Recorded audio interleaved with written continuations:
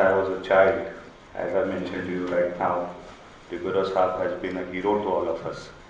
At that time was the height of the Punjabi insurgency, and of course, the way you cleansed Mumbai of the underworld is the stuff of legends.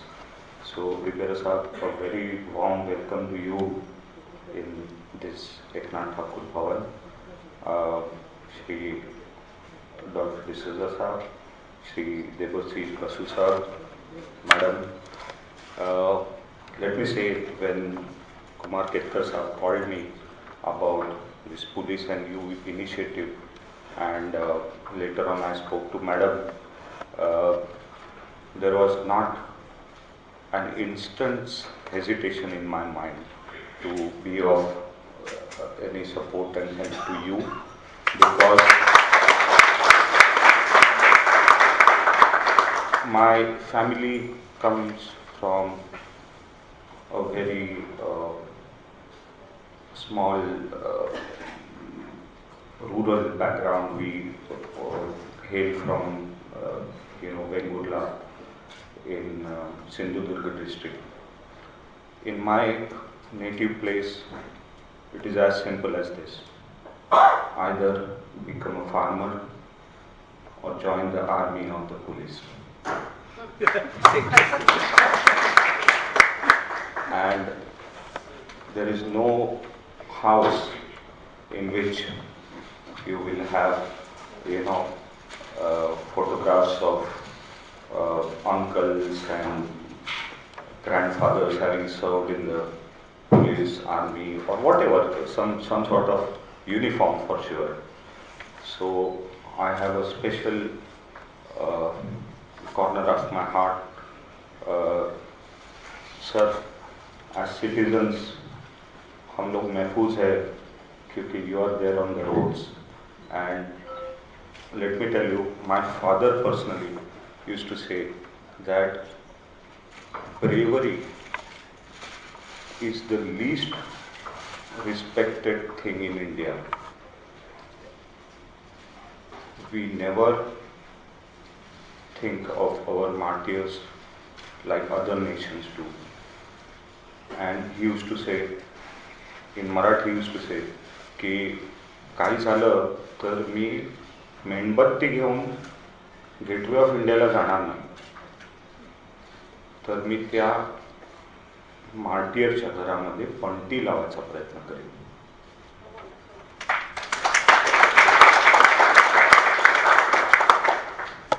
When the terror attack happened in Mumbai, sir, let me tell you, he was the first person who proactively met the family of Tukaram Mumbade and all other, at least 5 martyrs, be it from the railway force or NSG or whatever, and the kin of these shaheeds are employed in Saraswat Bank.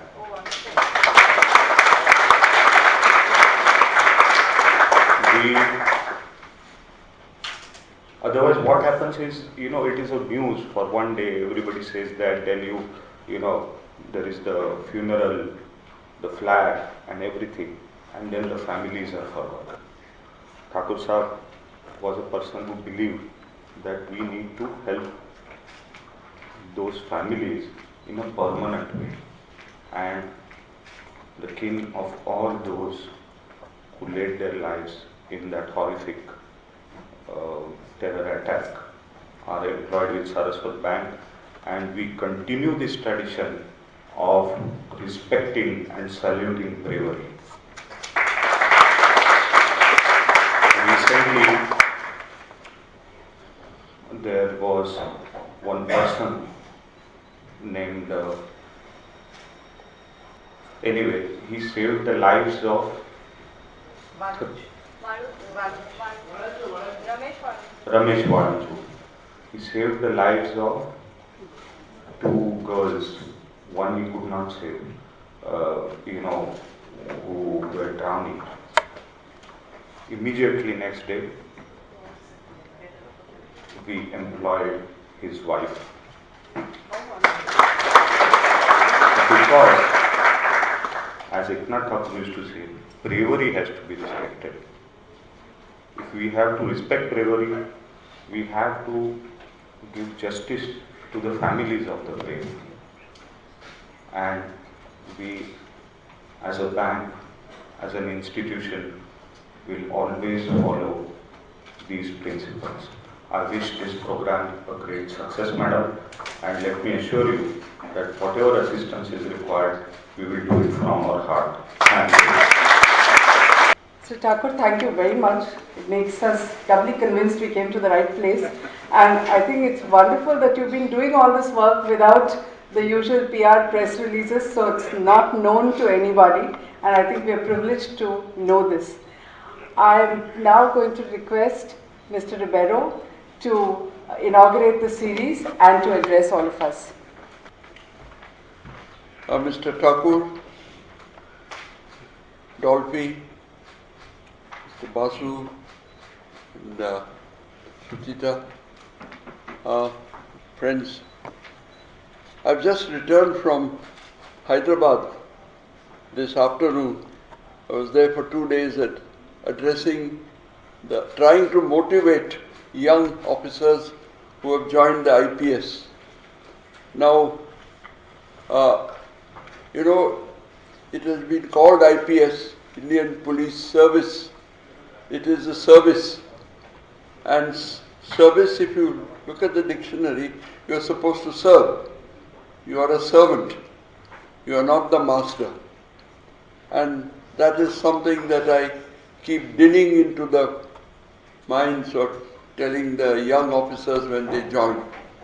Because very often they have very wrong impression about what is going to happen that after joining the service. It goes to their head. So, after a long time, after 3 years, I think I went there. And I also pointed out to them that unless you get the cooperation of the people, no police officer can succeed. That is another principle that they must keep in mind. A third principle is that if an officer misbehaves in any way, even if he fights with his wife, it is known the next day, everywhere. And if they feel that they can do things without it being known, they should forget about it. Everybody knows. As long as the man is in uniform, they might continue to respect that particular office, but once he goes, they forget about him. I mentioned all this to them, the principles on which good officers work. There are many good ones even today. There are some really extraordinary ones. I can mention one straight away, one Mr. Sadanand Date, who has just been sent on deputation. I think these kind of officers really make us proud. But there are others who really make us ashamed that we have this joining the Indian Police Service when you are supposed to serve. The former British days, it was not service. It was Indian Police. The idea was that they would take people at that level, in the managerial level, straight as equivalent in Bombay City would be to an assistant commissioner of police. But actually they don't come here. They go to the districts where they join as assistant superintendents.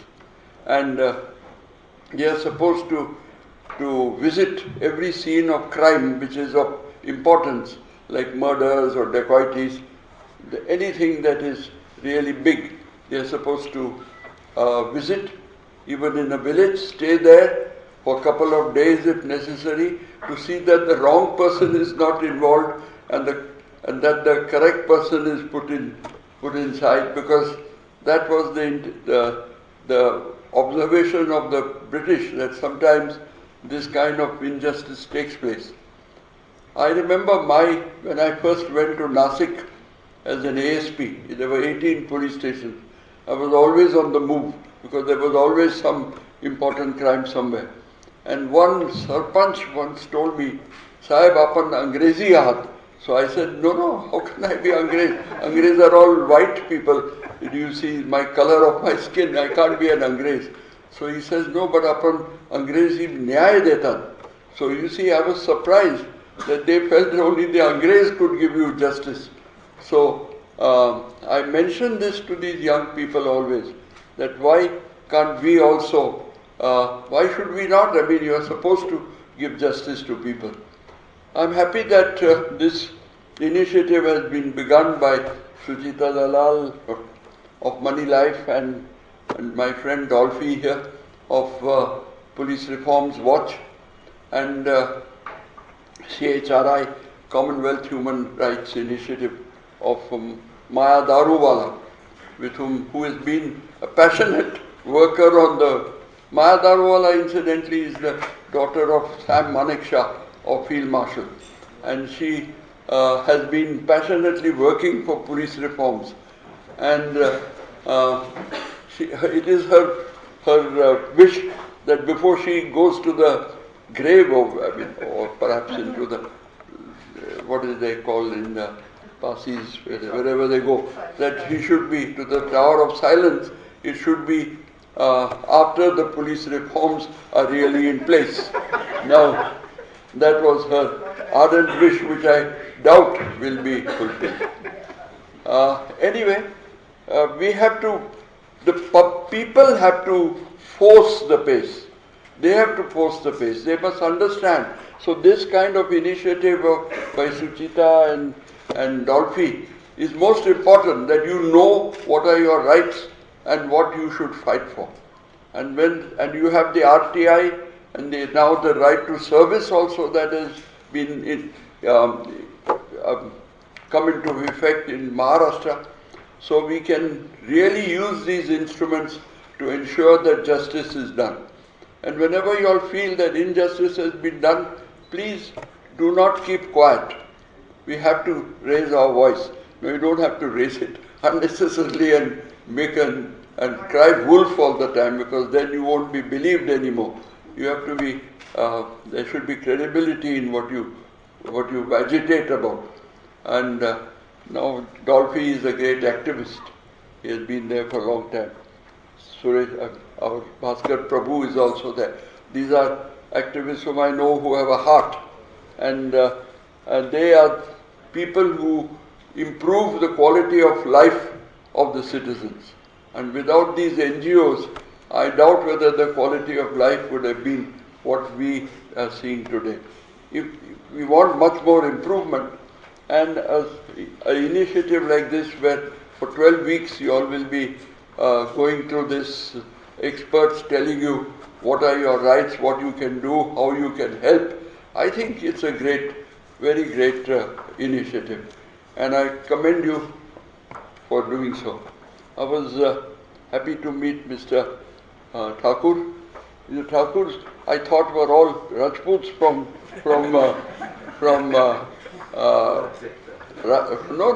UP. Yeah, Thakur Sahib and that time. But I was very happy to know that he is from Vingula, and a community to which we can relate, whose Kul Devtas are all in Goa, from where I come from. And so I'm very happy to have made his acquaintance today, because Suchita and Dolphy thought it fit to invite me here.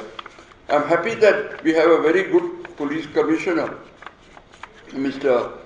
Datta Patsalgikar, and he is one who will definitely get involved in all these kind of initiatives. He understands that it is very important to get the public along. In fact, I called him the other day to talk to students, 100 students, and he was very good. He talked to them one-to-one. They interacted, and it was very encouraging to see that young people also are getting interested.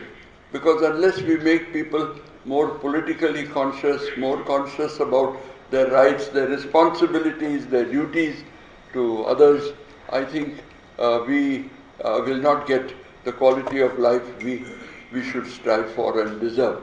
thank you so much for this opportunity of talking to you all, and I'm very happy that so many people have signed on to for this program, which shows that you all are interested in doing things and getting things done. And that is how it should be. Because unless citizens put the pressure on the government, nothing will change. For example, police reforms.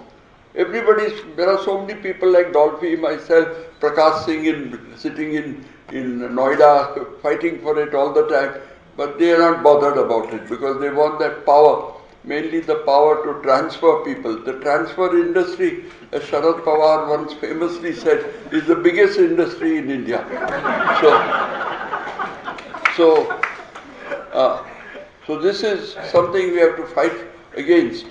And unless people understand this principle that, look, you choose a good officer to be the commissioner and the DGP. You had a very good DGP till, this now at the moment is Dixit, but before him was Sanjeev Dayal, one of the best officers I have come across.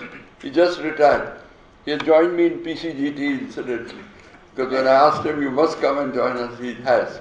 And this, leave it to them. They know who their officers are. What are their capabilities and their attitudes to service. All that is known to them.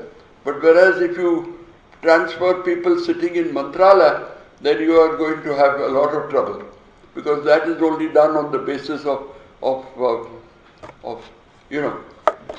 dishing out. I'm not talking about anything worse, but patronage. I call it patronage, the general umbrella. So this is something that the public has a very important role to play in ensuring that your life is better than it was or it can be. So that there is much better service that is given to you, dished out to you by the police force, which you are paying for, incidentally. Thank you. Thank you very much, Mr. Ribeiro. We are very privileged to have this series launched by you. In fact, one of the reasons why we wanted to invite you is that you were the one who started the Mohalla committees, which interacted with people at a certain level. And for the long time, I've been saying that we, the middle class, who never had to interact with the police too much in the past, now need to interact with the police for everything, whether it's cybercrime, whether it's phishing and vishing attacks, whether it's a mobile phone that's lost also needs an FIR. And then, of course, there are things that we didn't even know. For instance, the Civil Defense Directorate is going to teach us what to do about disaster management and fire safety. Every other day in Bombay, there is a major fire and people have no idea. People have no idea how to do basic first aid in order to help people. The roads are clogged. If you are not able to give immediate treatment to people as first aid, you're not going to save lives by the time you get to the hospital. And I'm really delighted that so many people have enrolled for this program, and we hope to have a great series. Thank you very much. I now hand over to Dolphy to take the program forward. Mr. Ribeiro, Mr. Thakur, Devashish Basu, Suchita. First of all, we would like to, on behalf of all of you, we personally, Police Reforms Watch, would like to thank Suchita, Devashish and the entire Money Life Foundation team for actually giving us this opportunity of organizing this program. Can we give them a very big hand, please?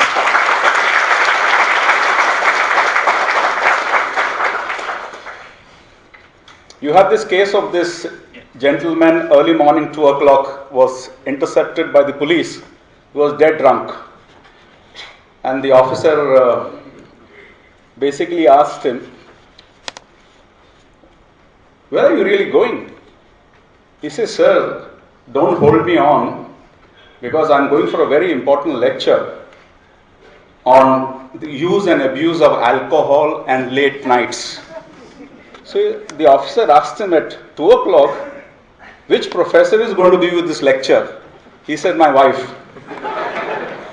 Today we're going to have the whole lecture series in a different format, okay? In terms of an interaction, in terms of inputs.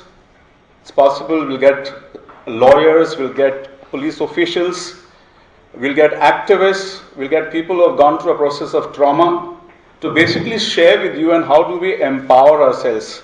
What Mr. Ribeiro and Mr. Thakur have been emphasizing is that if you want to change, then citizens must catch the bull by the horns. It's very important for us to take that initiative. And I say, one makes a crowd. And I say here, we have a huge crowd. And if you want basically things to change, then we need to take responsibility. And before I go ahead, I'd also like to introduce to you some part of my team members who are here. Salil Ramesh Chandra, could you stand up please? From Police Reforms Watch. Ashwin Barsinghe, Linus Dilima, and Bhaskar Prabhu. Part of our core team, we have several other teams. Very incidentally, Police Reform Watch basically are individual activists who have their own professions and give part of our time for the aspect of reforms that we are working with, and in very close guidance and support both of Maya Daruwala and Mr. Julio Ribeiro, who have been our mainstay. With these words, sir, you could, we're going to take the next session and you need to leave, Mr. Ribeiro, because you have another engagement, because we will then call the civil defense commandants to address us. But you could stay back, Mr. Thakur, you could stay back for a little while in case you have engagements, you could leave, there's no problem. Thank you so much. Can we give them both, Mr. Ribeiro and Mr. Thakur, a very big hand. We call upon the team from the civil defense to come on the dais. Mr. Shivaji Rao Bhagat, Shri Bhushan Pagdare, and Mrs. Deepa Garat. I'll introduce you to them very shortly. Please, can we give them a very big hand?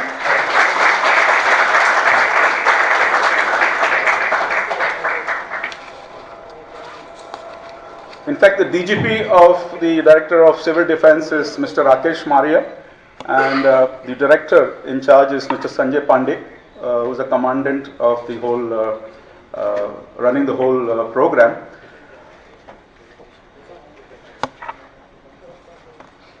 Briefly introducing Shivaji Rao Bhagat, disaster management training from the National Civil Defense College at Nagpur. He has also been awarded the President's Medal for Meritorious Defense. I would request Mr. Yogesh Kale to offer a bouquet of flowers to Mr. Bhagat. Shri Bhushan Pagdare is the Assistant Deputy Controller Civil Defense with over 16 years in the organizations. I request Mr. Pankaj Raheja to greet him on our behalf.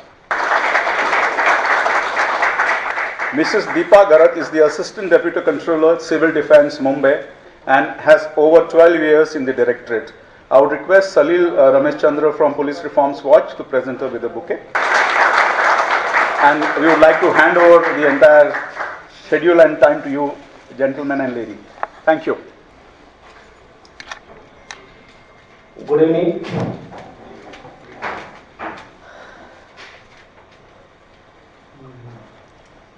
उपस्थित सभी officers, training officers को मैं request करता हूं कि हमारे civil defence के बारे में पहले इमरजेंसी प्रिपेयर्डनेस जो हम करने वाले हैं उसके पहले हम जिस ऑर्गेनाइजेशन से आए हैं उसका थोड़ा परिचय करना इम्पोर्टेंट है। और हम लोग मनी लाइफ फाउंडेशन से तहे दिल से शुक्रिया अदा करते हैं कि इन्होंने ये हमारे लिए मौका बनाया कि आपके साथ हम इस प्रकार से सिविल डिफेंस ऑर्गेनाइजेशन और हमारा एक्टिविटीज़, हमारी जो सिविल डिफेंस एक्टिविटीज़ है हम किस तरह से मुंबई में करते हैं उसके बारे में आप लोगों को अवगत करने के लिए जो मौका दिया है, इसलिए फिर से मैं मनी लाइफ फाउंडेशन, डिस्पोजा साहब और उनके सभी ऑर्गेनाइज़र का तहे दिल से शुक्रिया अदा करता हूँ।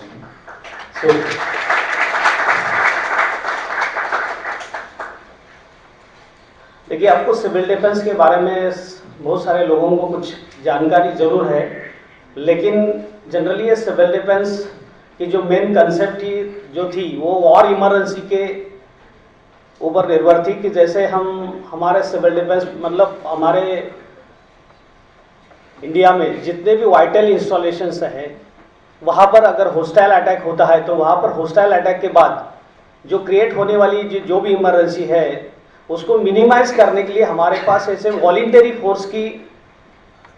वॉलंटियर्स फोर्स होना जरूरी है जो मल्टीपर्पज ट्रेन हो। मल्टीपर्पज ट्रेन का मतलब वो फायर फाइटिंग जाने, फर्स्ट एड जाने, रेस्क्यू जाने, सैल्वेज जाने, सभी चीज़ों की जानकारी होने वाली अगर फोर्स हमारे पास होती है तो डेफिनेटली हम इस चीज़ को कंट्रोल करने में हमारे फोर्स को मदद कर सकते हैं। इसीलिए हमारे सिविल डिफेंस को कहा जाता है this is the fourth force of the nation.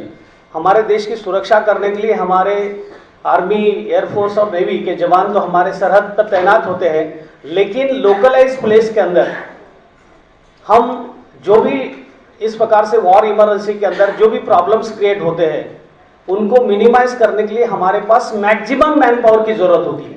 और ये मैक्सिमम मैन पावर अगर ट्रेन मैन पावर हो तो डेफिनेटली हम उसको ऐसे चीज़ों को हम कंट्रोल करने में डेफिनेटली मदद कर सकते हैं। जैसे जैसे आपको पता चल, जैसे आपको ये डेफिनेशन में कहा गया है, civil defence are the measure adopted by the civilian population in order to minimise the effect of enemy attack और मैनमेड और नेचुरल कैलामिटीज।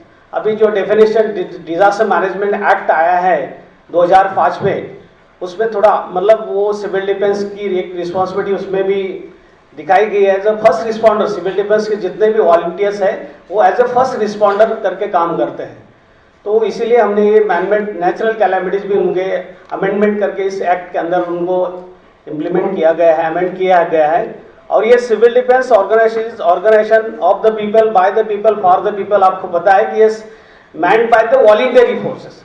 सभी जो हमारे पास होते हैं वॉलंटियर्स होते हैं और हमारे वॉलंटियर्स मुंबई शहर के अंदर 24 म्युनिसिपल वार्ड है, वैसे हमारे सिविल डिफेंस की 24 डिविजन्स है और डिविजन्स के अंदर हमारे डिविजनल वार्डन होते हैं, उनके अंडर डिप्टी डिविजनल वार्डन होते हैं, पोस्ट वार्डन होते हैं, सेक्टर वार्डन होते हैं और उनके साथ में हमारे सिविल डिफेंस के वॉलंटियर्स होते हैं। जब भी किसी भी एरिया के अंदर कोई डिजास्टर होता है तो वहाँ पर हमारे सिविल डिफेंस के कंट्रोल सेंटर पे कॉल आता है और कंट्रोल सेंटर से हम लोग कौन से लोकलाइज प्लेस में ऐसे जो भी इंसिडेंट हुआ है उनके वहाँ के लोकल हमारे जो भी डिविजनल वार्डन है उनको इन्फॉर्म करते हैं और इमीडिएट वो रिस्पॉन्ड करते हैं वहाँ पे इंसिडेंट को। और हमारे जो भी वॉलंटियर है वो वहाँ जाके अपना काम शुरू कर देते हैं। तो इस तरह से हमारे सिविल डिफेंस के मुंबई के अंदर हमने सिविल डिफेंस के नियर अबाउट आज 35 to 40,000 लोगों को सिविल डिफेंस का ट्रेनिंग दिया गया है 1968 से आज तक। अभी हमारे सिविल डिफेंस के मुंबई शहर के अंदर near about 2000 volunteers easily available होते हैं किसी भी इंसिडेंट को हम वहाँ पर रिस्पॉन्ड करने के लिए। तो इस तरह से ये सिविल डिफेंस ऑर्गेनाइजेशन के बारे में आपको एक पम्पलेट भी दिया गया है, वो उसी के अंदर उसकी इंफॉर्मेशन है, आप उसको पढ़ के आप कौन से एरिया में रहते हैं वहाँ पर इजीली सिविल डिफेंस को ज्वाइन हो सकता है, सिविल डिफेंस के ट्रेनिंग कर सकते हैं। सिविल डिफेंस का जो एम है तो एम है to save life and property and mitigate the suffering, लोगों की जान माल की रक्षा करना। अगर होस्टाइल अटैक होता है तो आपको पता है कि ये जानकारी आपको दी जाती है, वो कौन से ऑर्गेनाइजेशन से दी जाती है, यह सिविल डिफेंस द्वारा आपको इन्फॉर्म किया जाता है। और वो इन्फॉर्म करने के लिए सिविल डिफेंस के पास जो सिस्टम है उसे बोलते हैं centrally control system of siren. और ये सायरन से हम सिविल डिफेंस के पूरे मुंबई एरिया को इस तरह से 1971 में, 62 में, 65 में जो भी वार हुए थे सिविल डिफेंस ऑर्गेनाइजेशन द्वारा मुंबई शहर के पब्लिक को इस तरह से इन्फॉर्म किया गया। तो ये सायरन जो बजते हैं, अगर रेड सायरन बजता है तो 2 मिनट वर्बलिंग टोन में कम, 4 सेकंड ज़्यादा का 4 सेकंड कम, कम ज़्यादा आवाज़ में अगर 2 मिनट कंटिन्यूसली सायरन बजता है तो हमें समझना है कि हमारे लिए खतरा है। अगर वही सायरन, अगर ऑल क्लियर सायरन मिलता है, हमें ऑल क्लियर सिग्नल मिलता है तो हम वही सायरन को हमारा ग्रीन बटन ऑन करते हैं तो वही सायरन स्टेडी टोन में 2 मिनट कंटिन्यूसली बजते हैं और अपने आप बंद हो जाते हैं। ये सिस्टम भी अवेलेबल है। साथ ही साथ साइमल्टेनियसली ब्रॉडकास्टिंग फैसिलिटी है, जो एक टेलीफोन पे हम 144 टेलीफोन को एक बाय टेलीफोन में मैसेज पास आउट कर सकते हैं। इस तरह के सिस्टम से तो ये सिविल डिफेंस द्वारा और इमरजेंसी में हम लोग इस तरह से इन्फॉर्म करते हैं। नॉर्मली अभी वॉर तो हुआ नहीं है बहुत सारे दिनों सालों से, लेकिन अभी जो भी इंसिडेंट मुंबई में होते हैं, बिल्डिंग कोलैप्स होती है, फायर होती है, बॉम्ब एक्सप्लोजन होते हैं, सभी इंसिडेंट को हम लोग वहाँ पर रिस्पॉन्ड करते हैं। साथ ही साथ जैसे 99 में ओडिशा साइक्लोन हुआ, 2001 में गुजरात भूकंप हुआ, तो सभी जगह पर यह 2004 में अंडमान निकोबार ये सुनामी आई, तो ये सभी जगह को हम रिस्पॉन्ड किया है। वहाँ पर हमारे सिविल डिफेंस के 300 to 500 वॉलंटियर्स वहाँ कंटिन्यूसली जाके एक महीना वहाँ पर काम किया है उन्होंने रिहैबिलिटेशन का। और तो 26 जुलाई का जो बाढ़ आई थी मुंबई में, उसी टाइम में भी सिविल डिफेंस से बहुत सारे वॉलंटियर्स वहाँ पर काम उन्होंने भी अपना योगदान दिया गया है। तो ये सिविल डिफेंस ऑर्गेनाइजेशन हमारी ये मुंबई शहर में इस तरह से एक्टिवेट है। और ये सिविल डिफेंस के अंदर जो हम सिविल डिफेंस का पहला एम मैंने बताया जैसे to save life and mitigate the suffering. जो भी इंसिडेंट होते हैं लोगों को रिसर्च एंड रेस्क्यू करना, उनको फर्स्ट एड करना, हॉस्पिटलाइज करना, ये सिविल डिफेंस के वॉलंटियर्स की ड्यूटी होती है और वो वहाँ पर काम करते हैं। रिहैबिलिटेशन के अंदर जो वेलफेयर सर्विस होती है, लोगों को रोटी कपड़ा और मकान, जो भी हमारे रेवेन्यू डिपार्टमेंट है, पुलिस डिपार्टमेंट है, उनको टाई अप करके जो भी मदद के लिए उनका पुलिस पंचनामा करना है या बाकी के सभी एक्टिविटीज होती है, वहाँ पर भी सिविल डिफेंस के वॉलंटियर्स को यूटिलाइज किया जाता है। क्योंकि वो सिविल डिफेंस के on train employ train volunteers होते हैं और जो भी वॉलंटियर्स हमारे होते हैं वो पुलिस वेरिफिकेशन किया गया होता, उनका पुलिस वेरिफिकेशन करते हैं तभी हम सिविल डिफेंस के मेंबर बनाते हैं।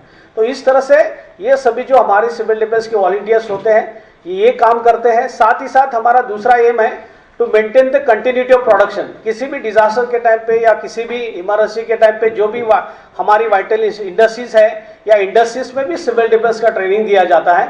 और वहाँ के इंडस्ट्रीज के अंदर अगर ऑन साइड कोई इमरजेंसी आती है या ऑफ साइड इमरजेंसी आती है तो हमारे सिविल डिफेंस के वॉलंटियर्स को भी कॉल किया जाता है ऑफ साइड के लिए, और वहाँ पर सिविल डिफेंस के वॉलंटियर्स एज अ अदर जो ऑर्गेनाइजेशन होती है जैसे पुलिस है, फायर ब्रिगेड है, वैसे ही सिविल डिफेंस ऑर्गेनाइजेशन भी उनको ऑफ साइड इमरजेंसी में इंडस्ट्रीज को मदद करती है। और ऑन साइड इमरजेंसी के लिए आपको क्या करना है उसके लिए सिविल डिफेंस का ट्रेनिंग देते हैं।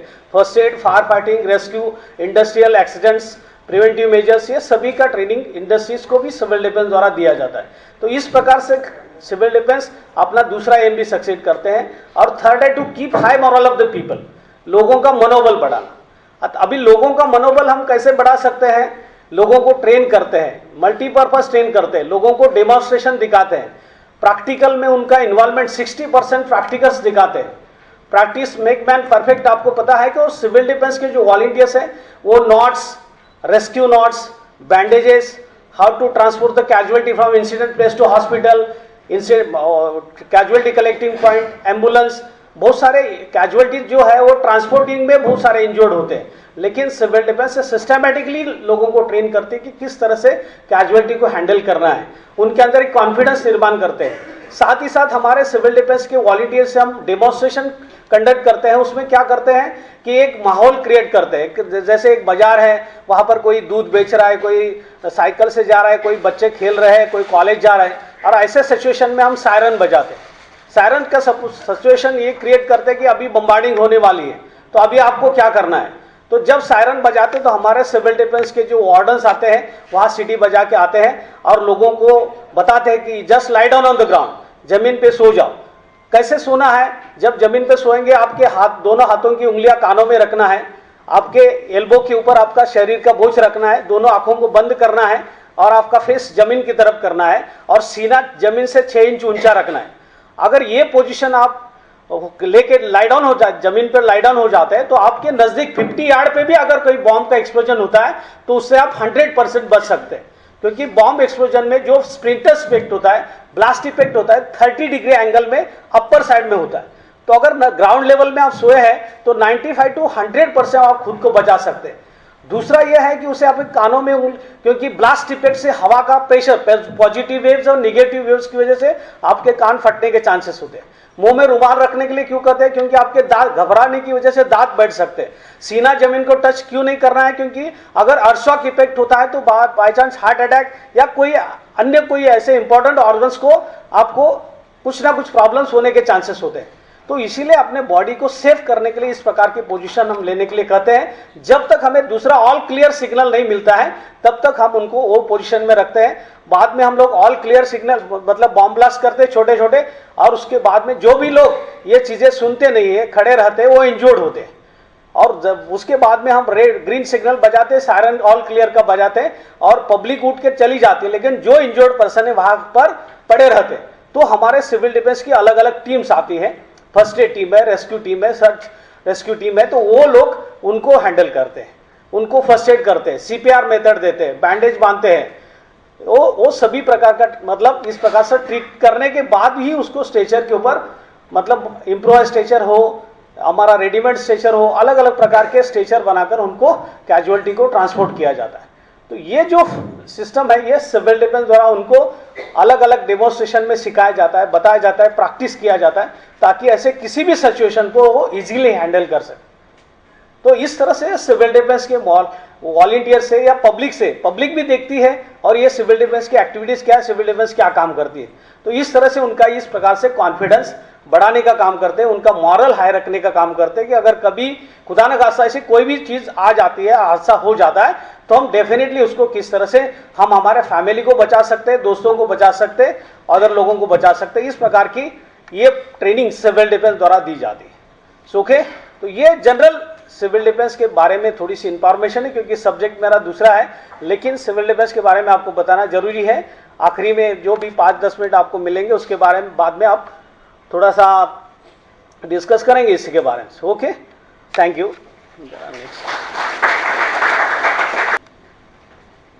डिजास्टर के बारे में आप जानते हैं कि डिजास्टर की परिभाषा यहाँ पर लिखी हुई है। डिजास्टर हम किसे कहते हैं?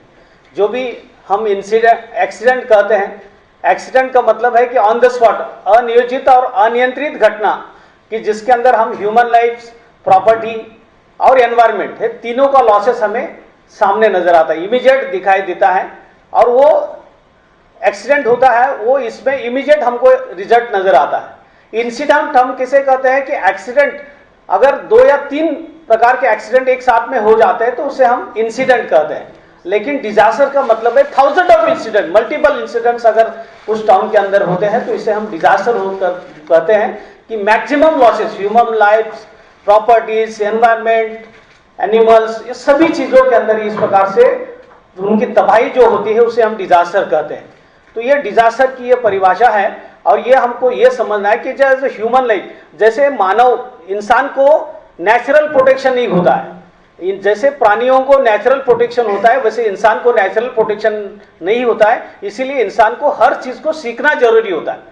फॉर एग्जाम्पल, अगर जानवर कोई बच्चा पैदा होता है तो कैसे खड़ा होना है, कैसे दूध पीना है, कैसे चलना है, ये उनको बताने की या सिखाने की जरूरत नहीं होती, और ऑटोमेटिकली वो चीजें करता है। अगर वो पानी में गिर भी जाता है तो ऑटोमेटिकली तैर जाता है। लेकिन इंसान को पहली सांस लेने से लेकर हर चीज को सिखाना पड़ता है, चाहे उसको तैरना है, गाड़ी चलाना है, कुछ लैंग्वेज सीखना है, बैठना है, उठना है, दौड़ना है, सभी चीजों को सिखाना पड़ता है। इसीलिए हम लोग, इंसान को नेचुरल प्रोटेक्शन नहीं होता है, इसलिए हर चीज को हमको सीखना जरूरी है। अगर वो चीज सीखते हैं तभी हम इस चीजों को हम प्रिवेंट कर सकते हैं, कंट्रोल कर सकते हैं, मिनिमाइज कर सकते हैं। तो ये डिजास्टर के टाइम पे इस प्रकार से कितने डिजास्टर होते हैं और उसको किस तरह से हम मिनिमाइज कर सकते हैं। डिजास्टर में 2 प्रकार के डिजास्टर होते हैं, एक मैनमेड डिजास्टर एंड एक नेचुरल डिजास्टर। मैनमेड डिजास्टर क्या क्या होते हैं और नेचुरल डिजास्टर क्या क्या होते हैं उसके बारे में थोड़ा सा हाईलाइट करते हैं हम लोग यहाँ पर। मैनमेड डिजास्टर, जैसे आपने कहा, जैसे आप 4 दिसंबर 1985 को जो भोपाल में मिथेल आइसोसाइनेट जो गैस रिलीज हुई है और उसमें 10,000 लोगों के ऊपर ये गहरा असर हुआ, हम बहुत बड़ा डिजास्टर हमारे देश के अंदर हुआ। वैसे जो भी केमिकल डिस्चार्जेस होते हैं, केमिकल गैसेस होते हैं, नर्व गैस है, टीयर गैस है, चोकिन गैस है, नोज गैस है, ब्लिस्टर गैस है, तो ये डिफरेंट टाइप्स ऑफ जो केमिकल गैसेस है, ये अगर रिलीज होते हैं तो वो बहुत पैमाने में बहुत बड़ा ह्यूमन लाइफ से और एनिमल के ऊपर इफेक्ट कर सकते हैं। तो ये एक मैनमेड डिजास्टर होता है। बायोलॉजिकल का मतलब है कि जो माइक्रो ऑर्गेनिज्म है, बैक्टीरिया है, वायरस है, टॉक्सिन है, इस प्रकार से जो भी बीमारियां फैलाने वाली जो भी चीजें हैं वो पानी में छोड़ी जाती हैं, स्प्रे किया जाता है, इंजेक्ट किया जाता है, अलग अलग प्रकार से हम इसे बैक्टीरिया की वजह से अलग अलग बीमारियां फैल सकती है। This is also manmade calamities है। इसके बाद में इफ्लुएंट डिस्चार्जेस, केमिकल इंडस्ट्रीज में जो डिस्चार्जेस होते हैं उसकी वजह से जो पानी की मात्रा खराब होती है, वातावरण, एनवायरनमेंट खराब होता है, इंडस्ट्रीज की वजह से हमारे केमिकल पावर स्टेशन है, जैसे तारापुर एटॉमिक पावर स्टेशन है, बीआरसी है, अलग अलग पावर स्टेशन के वहाँ पर जो भी रेडियो एक्टिव फॉलआउट होता है, रिलीजेस होते हैं, उसकी वजह से 16 किलोमीटर रेडियस के अंदर जो भी वहाँ के जानवर है, लोग है, या वहाँ के जनरल मतलब झाड़ वगैरह है, ऐसे चीज़ों के ऊपर वो कुछ ना कुछ प्रकार के असर माइनरली होते हैं, और उसके कंटिन्यूसली उनकी जो लैब है उनके चेकअप करते हैं और उसको मिनिमाइज करने की कोशिश करते हैं। तो ये जब न्यूक्लियर बम्बार्डिंग होती है तभी अल्फा बीटा गामा रेज अगर न्यूक्लियर एक्सप्लोजन के बाद बाहर आते हैं तो किस तरह से हम प्रोटेक्ट करना चाहिए, क्या आयोडाइड टेबलेट देना चाहिए, उनको कैसा डिकंटामिनेट करना चाहिए, अलग अलग प्रकार की जो प्रॉब्लम्स न्यूक्लियर इमरजेंसी में आते हैं वो सिविल डिफेंस के वॉलंटियर उसी के अंदर भी ट्रेन होते हैं और उनको इस प्रकार से प्रोफिलैक्टिक टेबलेट देना, आयोडाइड टेबलेट्स देना, डिकंटामिनेशन करना, लोगों को इवैक्यूएट करना, ये काम न्यूक्लियर इमरजेंसी में सिविल डिफेंस द्वारा किया जाता है, सिविल डिफेंस के वॉलंटियर्स द्वारा किया जाता है। इसके बाद फायर है, दिस इज आल्सो फायर, तो आप जानते हैं फायर के बाद भी ये भी मैनमेड कैलामिटीज है, फायर में कैसे खुद को बचाना है, किस तरह से सेल्फ रेस्क्यू करना है, छोटी छोटी चीजें होती है। इसमें क्या होता है कि सिंपली एग्जांपल है, जस्ट आप एक कमरे में बैठे हुए हैं और अचानक यहाँ पर फायर आग लगी, और आग लगने के बाद जो स्मोक है वो पूरा स्मोक अगर इस कमरे के अंदर घुस गया तो ना आप बाहर भाग सकते हैं, ना आपको दरवाजा दिखाई दे देगा। तो इसमें प्रेजेंट ऑफ माइंड्स कैसे यूज करना है, इसमें अगर किसी भी कमरे के अंदर इसमें इफेक्ट क्या करता है, आग लगने के बाद कार्बन डाइऑक्साइड बाहर आता है। कार्बन डाइऑक्साइड का ऐसा नेचर होता है कि हवा में जो भी ऑक्सीजन है उनका परसेंटेज अगर कार्बन डाइऑक्साइड से कम हो जाता है तो उसका कार्बन मोनोऑक्साइड बन जाता है, CO गैस। और CO जहरीला गैस अगर आप 2-3 मिनट कंटिन्यूअसली लेने के बाद अगर आपको फ्रेश नहीं मिला एयर तो डेफिनेटली आपका एस्फिक्सिएशन होने के बाद आप मर सकते हैं। इसके लिए क्या करना है, जस्ट आपके पास अगर हैंकरचीफ है तो उसको अपने नोज के ऊपर बांधना है, just lie down the ground, जमीन पे सो जाओ। जमीन पे क्यों सोना है, क्योंकि जो भी गैसेस है वो हवा से हल्के होने की वजह से वो ऊपर की तरफ रहते हैं। जमीन से 2 फीट की ऊंचाई तक, यदि 1 से 2 फीट की ऊंचाई तक कोई भी गैस का इफेक्ट नहीं होता है, इसीलिए just lie down the ground. और ग्राउंड में लाई डाउन होने के बाद आपको ये दिखाई देगा कि कहां पर आग लगी हुई है, आपका दरवाजा कहां पर है और आपको कहां जाना है, तो आप क्राउलिंग करके वहां से बाहर निकल सकते हैं। लेकिन अगर आप खड़े होकर भागने की कोशिश की आपने, डेफिनेटली आप मर सकते हैं वहां पर। तो ये इस तरह से का जो ट्रेनिंग है, ये टेक्निक्स है, ये सिविल डिफेंस द्वारा दिया जाता है। मतलब इस तरह से अगर कोई स्मोक फील्ड के रूम के अंदर आप फंस गए तो डेफिनेटली आप जमीन पे सो जाओ, हैंकरचीफ गीला वेट हैंकरचीफ नहीं है तो ड्राई हैंकरचीफ भी बांध दो नोज के ऊपर और आप क्राउलिंग करके रूम से बाहर निकल सकते हैं। तो ये चीजें आपको सिविल डिफेंस द्वारा सिखाई जाती है। मतलब इस तरह से फायर इमरजेंसी आती है तो इस प्रकार से हम काम करते हैं। सैबोटेज आईडीज है तो उनको हाथ नहीं लगाना है, वहां पर कोई मतलब वो जो एरिया है वो 50 फीट इवैक्यूएट करना है या 150 फीट तक इवैक्यूएट करना है, उसको डिस्टर्ब नहीं करना है। तो अलग अलग प्रकार के आईडीज दुश्मन द्वारा रखे जाने के चांसेस होते हैं, तो ऐसे आईडीज को कैसे पहचाना, लोगों को इवैक्यूएट कैसे करना, जब तक पुलिस फोर्स नहीं आती है, BDS स्क्वाड नहीं आता है, तब तक वहां के एरिया को वार्डन करने का काम सिविल डिफेंस द्वारा किया जाता है। तो ये मैनमेड कैलामिटीज के अंदर ये चीजें आती है। और दूसरा नेचुरल कैलामिटीज में फ्लड्स है, साइक्लोन है, अर्थक्वेक है, और ये जो इमरजेंसी है वो कैसे आती है थोड़ा सा हाईलाइट हम लोग जल्दी देखेंगे। इसमें जो टारगेट, कोई भी इमरजेंसी के अंदर टारगेट है, ये टारगेट से यहाँ पर दिया है, पर्सनल है, प्रॉपर्टी है, प्लांट है, मशीनरी है, लैंड है, तो ये कैश है, अलग अलग प्रकार के मतलब जो भी डैमेजेस या लॉस करने वाले जो भी है उसमें ये टारगेट्स क्या क्या होते हैं इसके बारे में ये बताया है कि ये टारगेट्स उनका मकसद क्या होता है।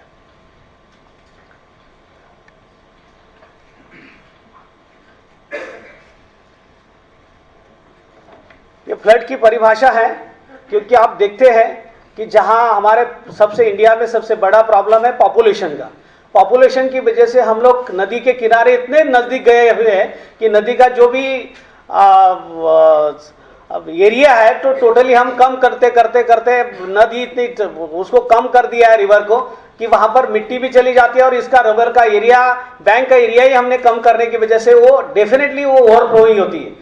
जैसे ब्रह्मपुत्रा है, MP है, UP है, आसाम है, कंटिन्यूसली वहां पर बाढ़ आ जाती है और उसकी वजह से ये कंटिन्यूसली इस प्रकार से प्रॉब्लम वहाँ के एरियाज के लोगों को होते हैं। तो ये जो भी वहाँ पर बाढ़ आने के चांसेस, बाढ़ आने के कारण reason, what is the reason of floods, क्या क्या होते हैं। हेवी रेन्स, जैसे आप कहते हैं मतलब ग्लोबल वार्मिंग की वजह से अचानक एक आध जगह पे ऐसे क्लाउड ब्लस्ट होता है कि इतना बारिश गिर जाते हैं कि हम यकीन नहीं कर सकते कि इतने आधे घंटे में इतनी बारिश गिर गई, और इस तरह से वहां पर कोई बाढ़ आने का चांसेस होता है। वैसे कंटिन्यूअसली पर्टिकुलर एरिया में हेवी रेन्स होने की वजह से बाढ़ आ सकता है।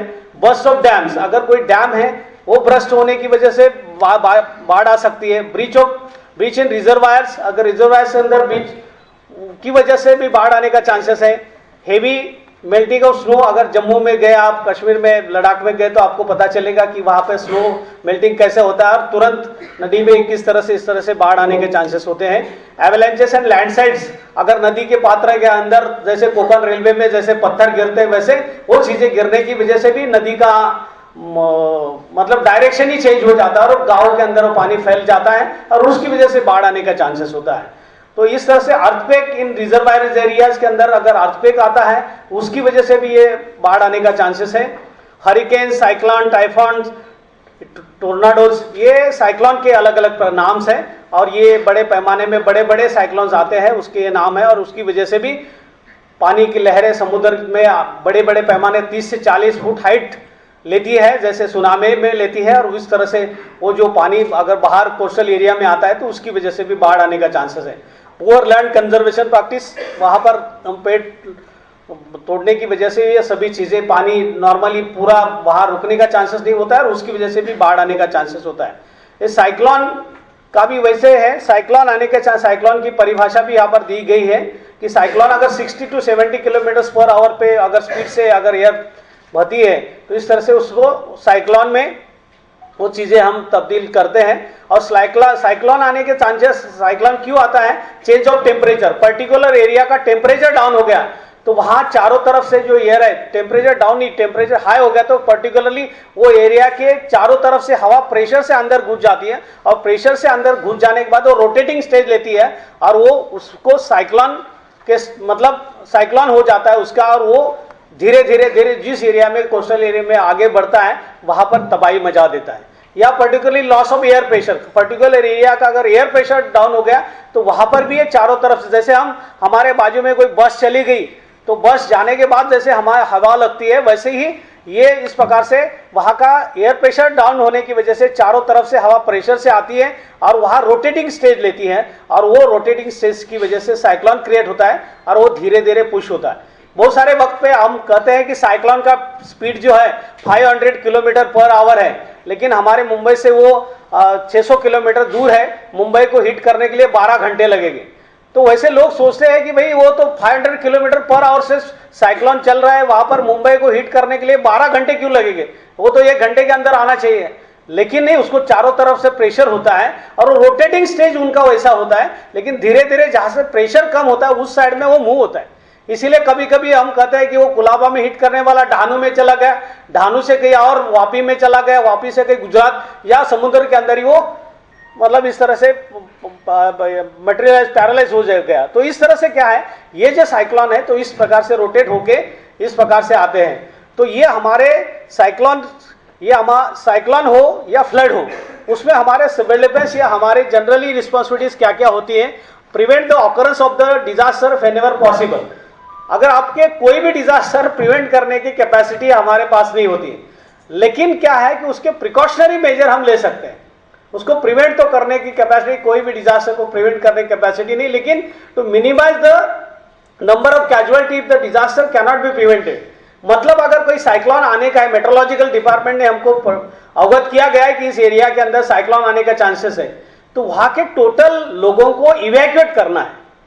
इवैक्यूएट करने के बाद, हम इवैक्यूएट करने के बावजूद भी कुछ पर्टिकुलर एरिया में बाढ़ आने का चांसेस होता है, तो वहां पर हमारे जो फ्लड रेस्क्यू के इक्विपमेंट है उसको रेडी रखना है, बोटिंग को रेडी रखना है, हमारे जो सिविल डिफेंस के वॉलंटियर्स इस प्रकार से कैजुअलिटी को रेस्क्यू करने के लिए हेल्प कर सकते हैं, ऐसे हमारे मैन पावर को वहां पर तैयार रखना है।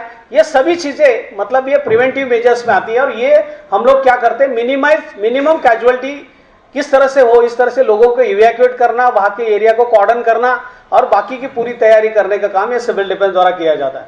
तो प्रिवेंट द फर्दर कैजुअलिटीज मतलब क्या है कि कोई भी बाढ़ आने के बाद, बाढ़ तो आती है तभी, बाढ़ के टाइम पे अगर 2-4 भी लोग बह के चले गए, लेकिन बाढ़ जाने के बाद जो प्रॉब्लम्स होते हैं, मलेरिया है, टाइफाइड है, डेंगू है, लेप्टोस्पायरोसिस है, डायरिया है, ये सभी प्रॉब्लम्स बाद में क्रिएट होते हैं और उसकी वजह से ज्यादा लोग मरते हैं। तो उनको क्लीन वाटर नहीं मिलता है, उसकी वजह से लोगों को ज्यादा बीमारियां होती हैं। वायरस इन्फेक्शन की वजह से ज्यादा बीमारियां होती हैं। चिकनगुनिया जैसे बीमारियां, मतलब अलग अलग प्रकार के जो बीमारियां हैं इस प्रकार के कारण की वजह से होते हैं और उससे वो ज्यादा लोग मर जाते हैं। तो उसीलिए वैक्सीनेशन करना, उनको लोगों को बताना भाई गर्म चीजें, गर्म पानी उबाल कर पीना है, ये चीजें बाहर की चीजें मत खा लो, घर के अंदर मतलब इस तरह से जो भी आपके पास मैक्सिमम पाउडर का इस्तेमाल, दूध पाउडर है, ऐसे चीजों का इस्तेमाल करो, दाल है, ऐसे चीजों का इस्तेमाल करो, जो भी मतलब वेजिटेबल मत खा लो जो बाहर बेचे जाते हैं। तो ये सभी प्रिकॉशनरी मेजर्स या सर्वे किए जाते हैं हेल्थ डिपार्टमेंट के द्वारा, और या ब्लीचिंग पाउडर जैसे इस प्रकार से जो भी एंटीसेप्टिक है, जो भी उसका इस्तेमाल मतलब हेल्थ डिपार्टमेंट से किया जाता है, बीएमसी से, केडीएमसी से, जो भी वहां पर काम करती है ऑर्गेनाइजेशन, उसकी हेल्प द्वारा ये सभी चीजों को प्रिवेंट करने की कोशिश की जाती है। और रेस्क्यू द विक्टिम, जब मरून एरिया है, जब फ्लड अंदर रेस्क्यू उनको करना है, तो रेस्क्यू के टाइम पे रेस्क्यू के लिए हमारे सिविल डिफेंस के पास बोटिंग होती है, बोटिंग से हम रेस्क्यू करते हैं, या तैरने वाले भी हमारे सिविल डिफेंस के वॉलंटियर्स वहां जाके लोगों को रेस्क्यू करते हैं। एक सिंपली सिविल डिफेंस में एक रेस्क्यू का टेक्निक मैं बताता हूं आपको कि किस तरह से इमरजेंसी में मतलब हम रेस्क्यू कर सकते हैं। फॉर एग्जांपल, अगर कोई इंसान अगर पानी में वहां फंस गया है, बहुत सारे लोग पिकनिक के लिए चले जाते हैं और वो कभी बीच में पानी बाहर से आता है और फंस जाते हैं बीच में, और हमारे पास सिर्फ रस्सी है। तो ऐसे सिचुएशन के टाइम पे अगर आपके पास रस्सी है तो आप ऐसा रस्सी फेंकेंगे तो वहां पब्लिक के वहां तक मतलब ऐसा करके फेंकेंगे तो वहां तक जाएगा नहीं। तो पर्टिकुलरली क्या है कि वो रस्सी को एक बोलाइन बांधा जाता है। बोलाइन पर्टिकुलरली मतलब वो इंसान अपने बॉडी में वो बोलाइन डाल देगा, कोई प्रॉब्लम। जैसे बोलाइन ऐसी है, मैं आपको बाद में इसका एक टेक्निक बताता हूँ। ये this is the overhand loop, ये रनिंग एंड को इस तरह से पास करो, हमारे ये कंधे पर रस्सी, उसको टर्न करो और उसी के अंदर ये ओवरहैंड लूप को डाल दो। ये हो गया बोलाइन। ये बोलाइन ऐसी है कि ये कम ज्यादा नहीं होती। अगर आपने अपने बॉडी में डाल दिए इसे चेस्ट में तो ये कम ज्यादा नहीं होती। तो किसी भी रेस्क्यूअर अगर पानी में जाता है तो अपने कमर में बांध के वो अंदर जा सकता है और किसी को भी रेस्क्यू कर सकता है। या अगर अंदर जाने की जरूरत नहीं है तो हम इस टेक्निक को कैसे करते हैं, देखिए ऐसे रस्सी को ले लो, आपके पास कितनी भी लंबी रस्सी हो, ऐसे आप एक रस्सी का एंड आपके हाथ में ले लो। अगर ये रस्सी का जो जितना भी लेंथ है 100% आपको इसका रिजल्ट मिलता है। मतलब आप ऐसे खड़े रहो और ऐसे खड़े रहने के बाद आपको जिस कैजुअलिटी के जो विक्टिम्स है उसके पास फेंकना है, तो इस तरह से इस एंगल में आप उनके यहाँ तक फेंको, मतलब जिसका एंड है वहां कॉर्नर तक जाएगा। तो इजीली ये टेक्निक से हम उसे उसके पास ये बोलाइन को फेंक सकते हैं और उससे बोलते हैं कि बॉडी में डालो और उससे हम इस तरह से रेस्क्यू कर सकते हैं। तो ये छोटी छोटी टेक्निक्स होती है, मतलब इस तरह से रेस्क्यू। अगर कहीं आप वहां पर फर्स्ट फ्लोर पे फंसे हुए और आपके पास इतनी सिंपल सी रस्सी है और आपको रस्सी से नीचे उतरना है, तो आप ये रस्सी का किससे इस्तेमाल कर सकते हैं। देखो ये ऐसा एक ओवरहैंड लूप करो, बाकी के रस्सी के अंडरहैंड लूप करो,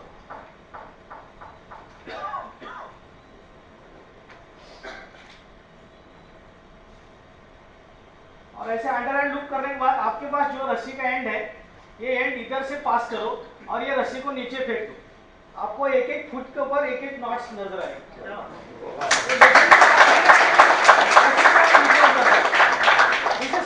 टेक्निक ये बात है नहीं जादू नहीं, परवेज आपको बाद में बताएंगे कैसे बांधना है।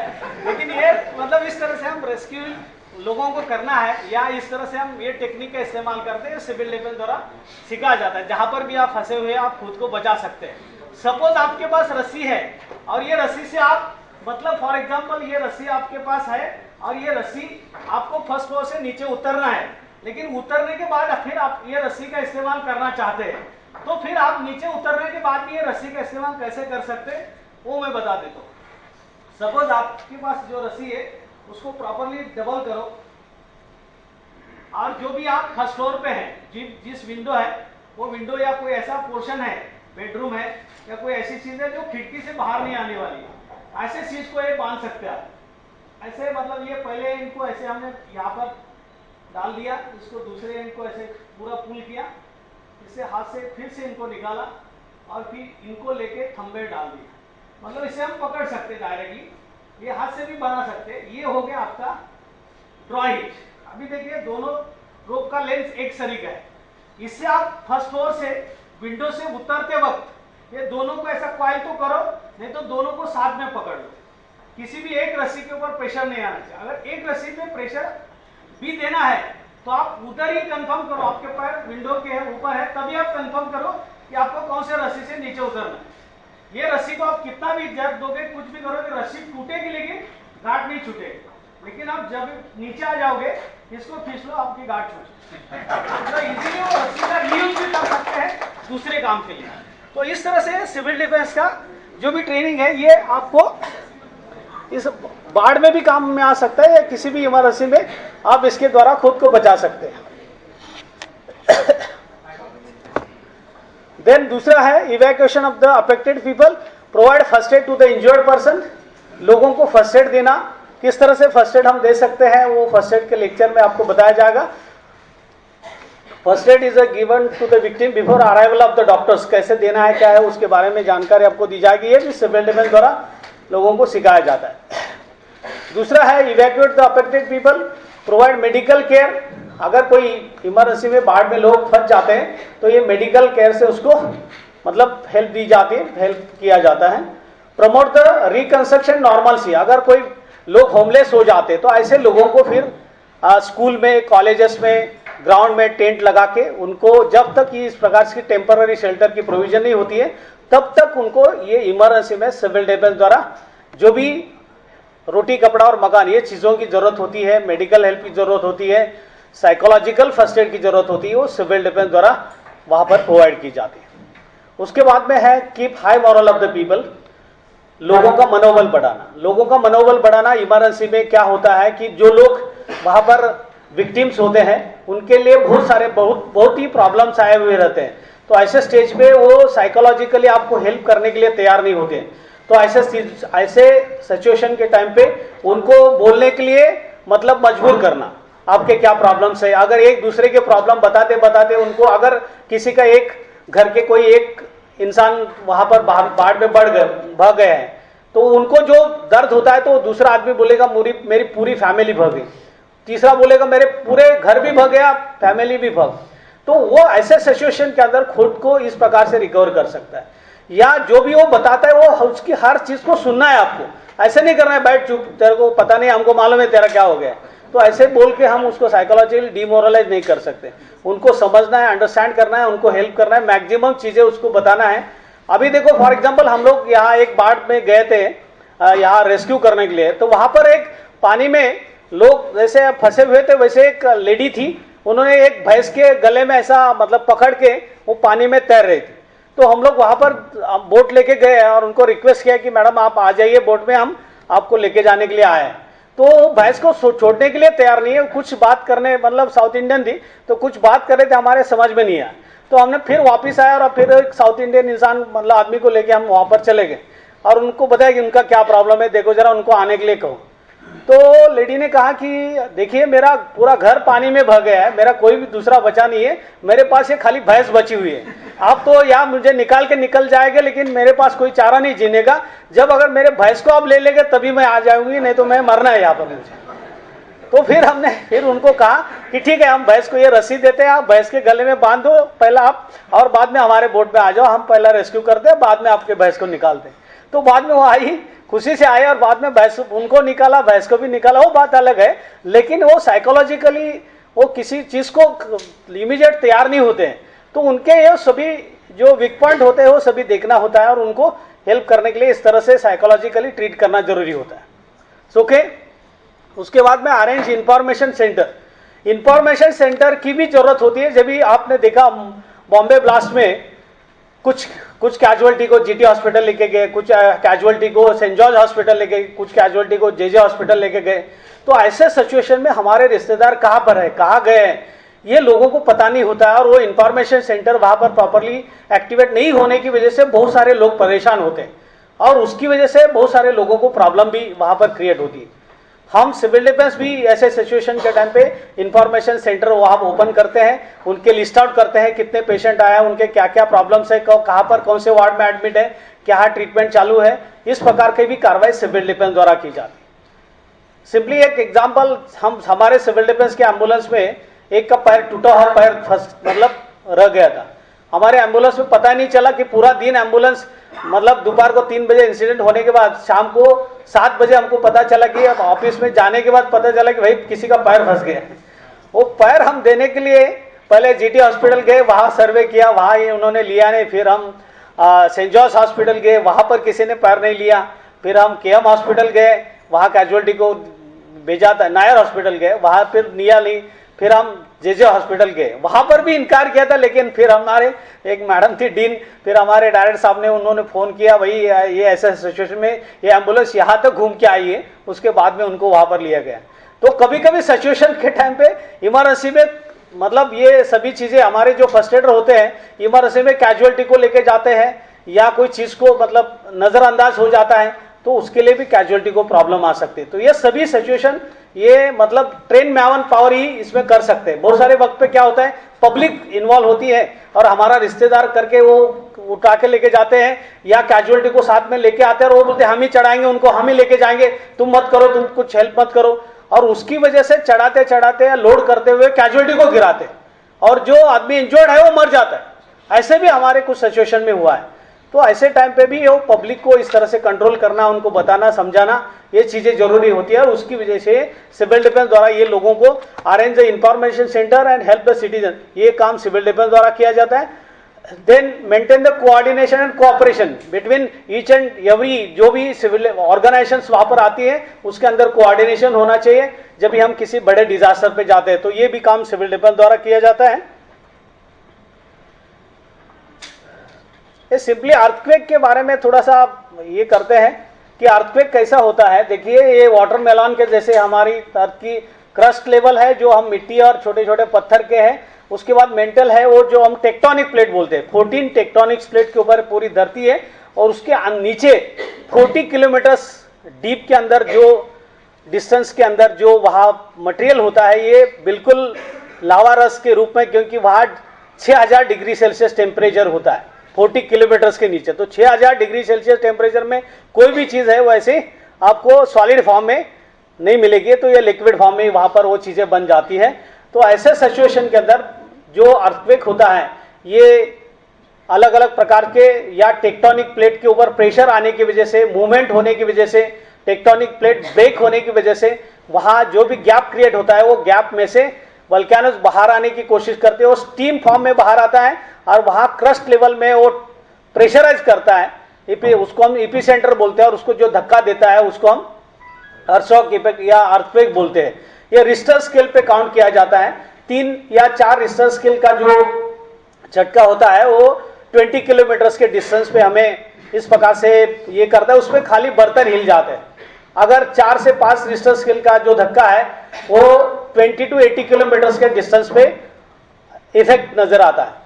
अगर वो उससे ज़्यादा मतलब 6 से 7 रिश्टर स्केल का धक्का है वो 80 किलोमीटर से लेकर 120 किलोमीटर के डिस्टेंस तक का एरिया कवर करता है। और उसके बाद में अगर उससे ज़्यादा है वो आपको 180 किलोमीटर से लेकर मतलब बियॉन्ड जो भी कैपेसिटी उनकी होती है उस हिसाब से वो एरिया को कवर करता है। तो ये मतलब इस तरह से अर्थशॉक इफेक्ट देने के बाद ये हमारा जो भूकंप होता है उसकी जानकारी हमें पहले क्यों नहीं मिलती, क्योंकि किसी भी देश के पास ऐसा मतलब अनुमान निकालने का कोई यंत्र नहीं है कि भूकंप हो जाएगा। क्योंकि वहां पर जो टेक्टोनिक प्लेट के ऊपर जो आने वाला प्रेशर है, जो भी मूवमेंट है और उसमें उसके अंदर अगर कोई क्रैक आ जाता है तो ये कई पर्टिकुलरली एरिया में हम नहीं बता सकते कि अभी इधर ही भूकंप आ जाएगा। लेकिन भूकंप आने के पहले कुछ ऐसे साइन एंड सिम्टम्स होते हैं कि वहां अगर कोई जानवर है तो जानवरों की कॉन्सेंट्रेशन कैपेसिटी ज्यादा होती है, तो उनको मूवमेंट के अंदर मतलब ये जमीन के अंदर जो भी मूवमेंट होती है उनकी जानकारी उनको पहले मिल जाती। तो ऐसे वक्त पे वहां के जितने भी जानवर है वो चिल्लाना शुरू कर देते हैं, भागना शुरू कर देते हैं। ऐसे सिचुएशन को हम बोल सकते हैं कि अभी कुछ देर के बाद यहाँ अर्थक्वेक आने के चांसेस हैं। वहां अगर कोई हमारा रेडियो सेंटर 1100 किलो हर्ट्ज पे लगता है तो वो 1500 किलो हर्ट्ज पे ट्रांसफर हो जाता है, मैग्नेटिक फील्ड तैयार हो जाता है। ऐसे सिचुएशन में हम जो टेलीविजन देखते हैं वहाँ कलरलेस पिक्चर आता है, डॉट डॉट पिक्चर आता है और वहाँ मश करके आवाज़ आती है। अगर कंटिन्यूसली सभी के टेलीविजन पर ऐसी सिचुएशन क्रिएट हो जाती है तो हम समझ सकते हैं कि यहाँ एरिया में कुछ वहाँ पर कुछ देर के बाद मतलब ये अर्थक्वेक आने के चांसेस है। इसके अलावा हमारे पास एग्रीकल्चर डिपार्टमेंट है और डीपली मतलब जमीन के अंदर 6 मीटर या 10 मीटर के डीप के अंदर वो सैंड की सैंपल लेते हैं और उनके अंदर हीट की कैपेसिटी कितनी बढ़ गई है ये इसके टेस्ट की जाते हैं हर 3 क्वार्टरली।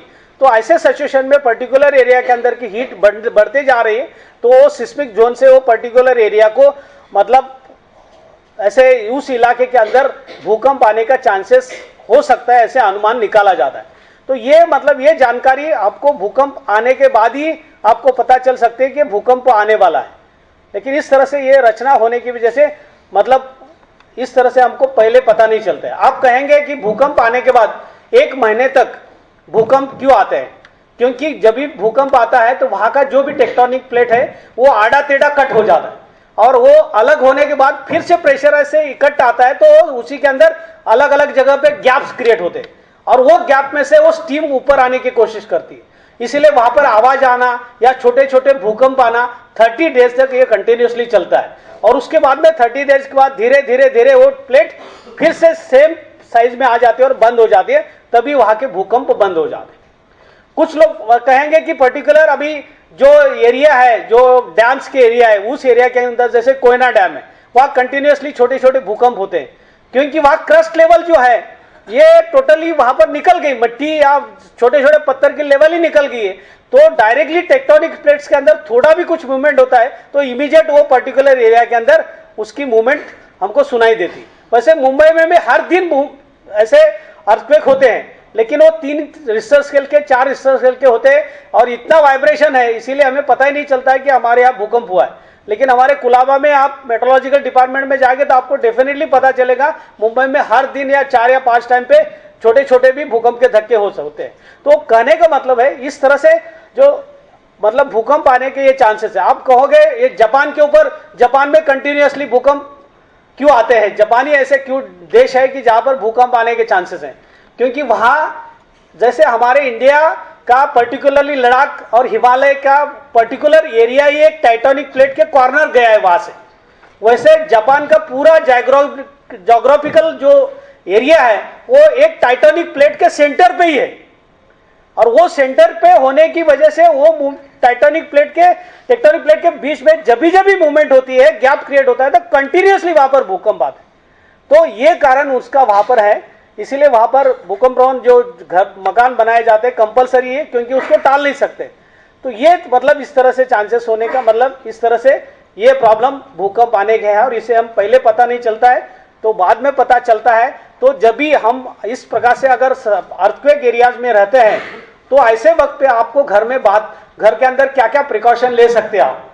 घर में एक जैसे आपका जो बीम होता है उसको एक घंटी लगाना है। घंटी का मतलब है जब भी 3 या 4 रिश्टर स्केल का भी भूकंप होता है तो घंटी बजना शुरू हो जाएगा। इमीडिएट आपको पता चलेगा कि भाई आपके घर में अभी मतलब ये अर्थशॉक हो रहा है। दूसरा यह है कि जब घर वालों से बात करना है, बच्चों से बात करना है कि अभी जब घर में कभी भी भूकंप आता है, अगर आप ग्राउंड फ्लोर में है तो आप घर से बाहर आना है। बाहर आते वक्त आप सिर्फ खुले सर से बाहर नहीं आना है। आपके घर में जो भी पिलो है, जो भी मैट्रेस है, जो भी चीजें आप सर के ऊपर लेके घर से बाहर आ जाना। अगर इनकेस कोई डेब्रिज या कोई स्लैब गिर जाता है तो आप खुद को बचा सकते हैं। जैसे हम स्कूल के बच्चे को जैसे स्कूल में मॉक ड्रिल करते हैं तो उनको कहते हैं कि जब आप मॉक ड्रिल के लिए यहाँ से आपको सायरन बजेगा, बाहर निकलना है, आपका स्कूल बैग आपके सर पे लेके चलना है, पीठ पे नहीं लेना है। क्योंकि आप ऐसे मतलब जो भी चीजें गिर सकती है, जो भी प्रॉब्लम्स होते हैं, इस तरह से आप खुद को बचा सकते हैं। तो ये घर वालों को ये चीजें हम बताते हैं तो डेफिनेटली जब बाहर निकलते, अगर किसी को बाहर निकलना पॉसिबल नहीं तो उनको कहना है कि ये दीवार के कॉर्नर में खड़े रहिए जब तक वो अर्थक्वेक का जो इफेक्ट है वो 4 सेकंड का हो, 5 सेकंड का हो, 6 सेकंड का हो या 20 सेकंड का हो, अलग अलग मतलब टाइमिंग के रिश्टर स्केल के जो झटके होते हैं तो विद इन अगर 3 या 4 रिश्टर स्केल का जो झटक होता है वो सिर्फ 5 सेकंड के अंदर ही खत्म हो जाता। लेकिन अगर ज़्यादा रिश्ते स्किल्स के होते हैं वो 20 सेकंड तक चलते हैं। तो ऐसे सिचुएशन के टाइम पे उनको घर से बाहर आने के लिए टाइम मिल सकता है, या घर के कॉर्नर में खड़े रह सकते, या स्टेयरकेस के नीचे खड़े रह सकते, कि जो चीज़ें भूकंप के बाद भी नहीं गिर सकती है। दूसरा यह है कि अगर आपके घर में टेबल वगैरह है, हेवी टेबल है वुडन का, तो टेबल के नीचे आप छुप सकते हैं, लेकिन ओपन स्पेस में आपको बैठना नहीं है, खड़ा रहना नहीं है। तो इससे हम अगर घर में है तो आप इस तरह से ये कर सकते हैं। या बच्चों को कहा, मतलब ये सिखाया जाता है कि फर्स्ट एड कैसे करना है, अगर इमरजेंसी में कोई डेब्रिस मतलब कोई इंजर्ड हो जाता है तो उनको कैसे फर्स्ट एड करना है। क्योंकि सेल्फ हेल्प अगर लोगों को खुद करते हैं, लोगों को मदद करते हैं, तो डेफिनेटली उनको ये पता चलता है कि स्कूल में भी अगर ऐसा होता है तो हमको क्या करना है। तो ये चीजें मतलब आपको ये घर में अगर अर्थक्वेक इफेक्ट के टाइम पे, अर्थक्वेक के टाइम पे आप बता सकते हैं।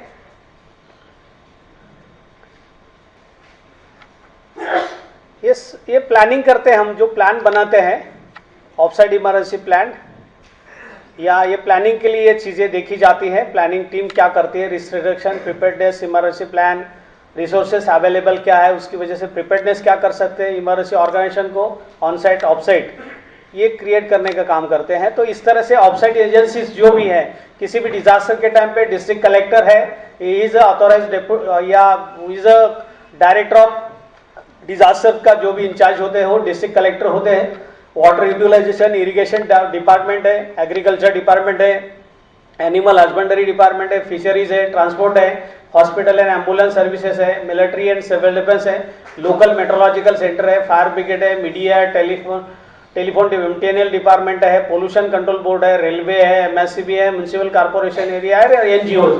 ये ऑफसाइड इमरजेंसी में सभी एजेंसीज वहां पर काम करती हैं और उनको कोऑर्डिनेट करके हम वहां पर काम कर सकते हैं।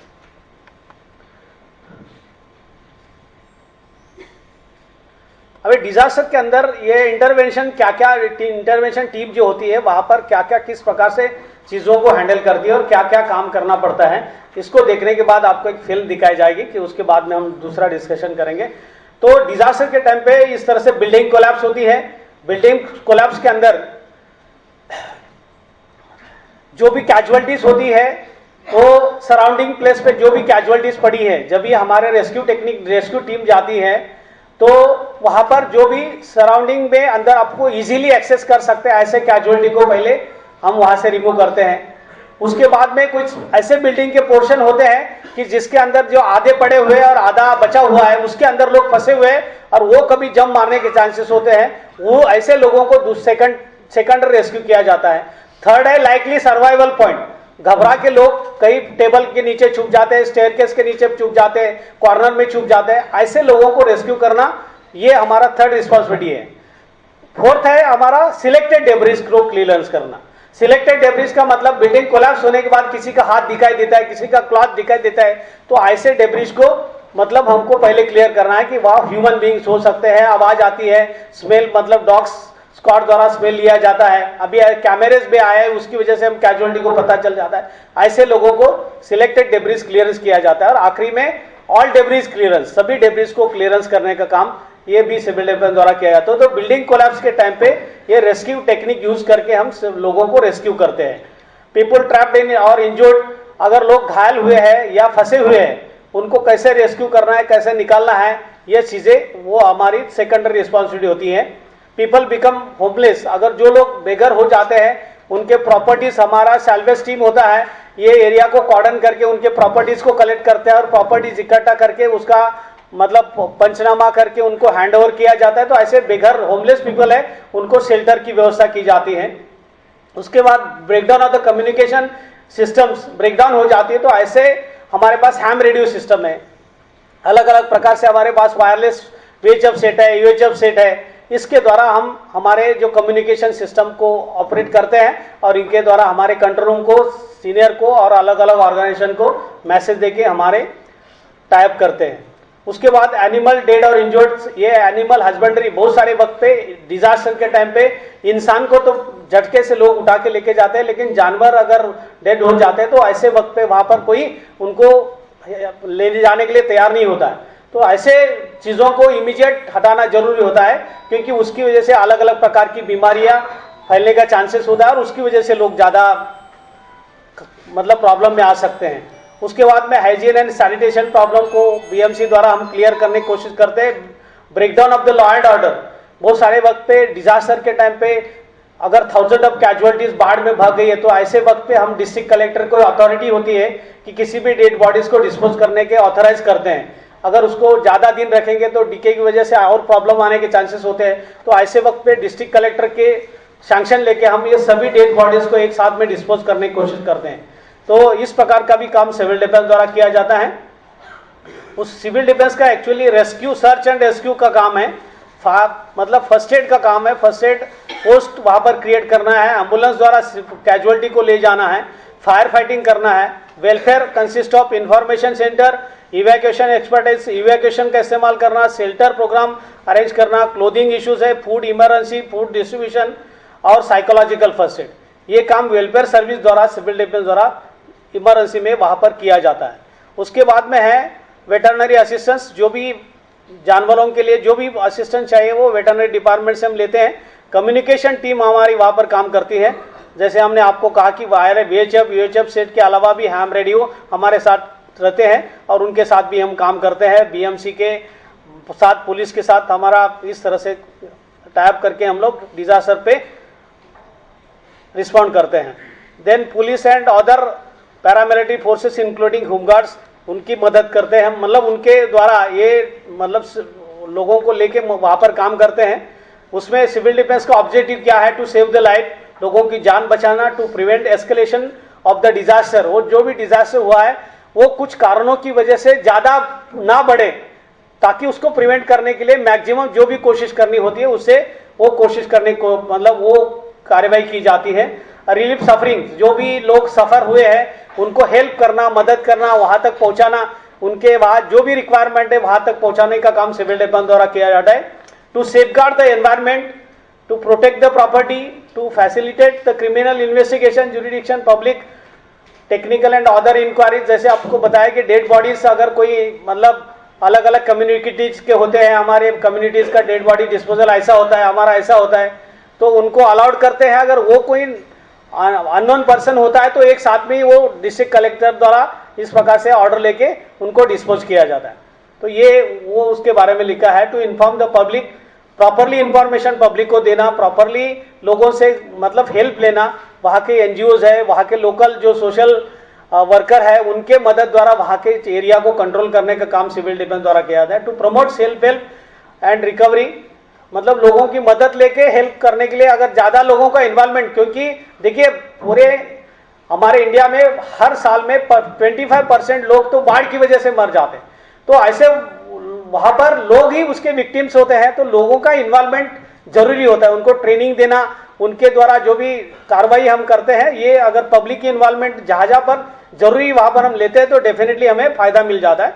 To restore normalcy as soon as possible, अगर इसे हम नॉर्मल सी ये करने के लिए हेल्प कर सकते हैं। आखिरी में है, देखिए लाथुर अर्थक्वेक में जो भी प्रॉब्लम्स हुए थे उसमें रीज़न क्या क्या थे।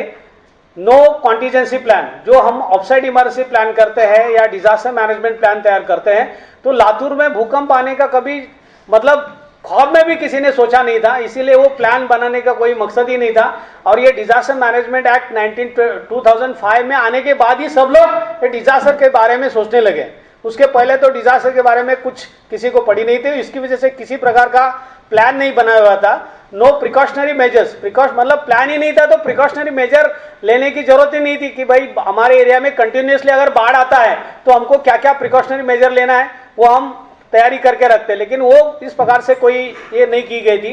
No preventive action, preventive action का मतलब है कि भूकंप आने के बाद जो इमीडिएट एक्शन हमारी होनी चाहिए या भूकंप आने के पहले थोड़ा भी हमको पता चल जाता है तो प्रिवेंटिव एक्शन हम लोगों को चिल्ला के घर से बाहर निकाल सकते हैं। लोग किसी ने नहीं किया, उसकी वजह से वो ज़्यादा प्रॉब्लम हो गई। नो अर्थक्वेक मैनेजमेंट ट्रेनिंग, भूकंप के बारे में किसी प्रकार का ट्रेनिंग पब्लिक को दिया गया नहीं था, इसलिए उनको जानकारी नहीं थी। इत्तेफाक से वो रात को 3 बजे इस प्रकार से अर्थक्वेक हो गया तो कोई चारा ही नहीं था मतलब बचने का, तो ये इस तरह से मतलब ट्रेनिंग नहीं हुई थी। नो सर्वे, मतलब एग्रीकल्चर सर्वे वहाँ पर किया गया नहीं था, उसकी वजह से पता नहीं चला कि यहाँ पर भूकंप प्रवण एरिया है या कुछ मतलब कुछ ईयर्स के अंदर ये भूकंप आने का चांसेस हो सकता है। इस प्रकार की कोई भी इंफॉर्मेशन दी गई नहीं थी। उसके बाद सेल्फ हेल्प इग्नोर्ड।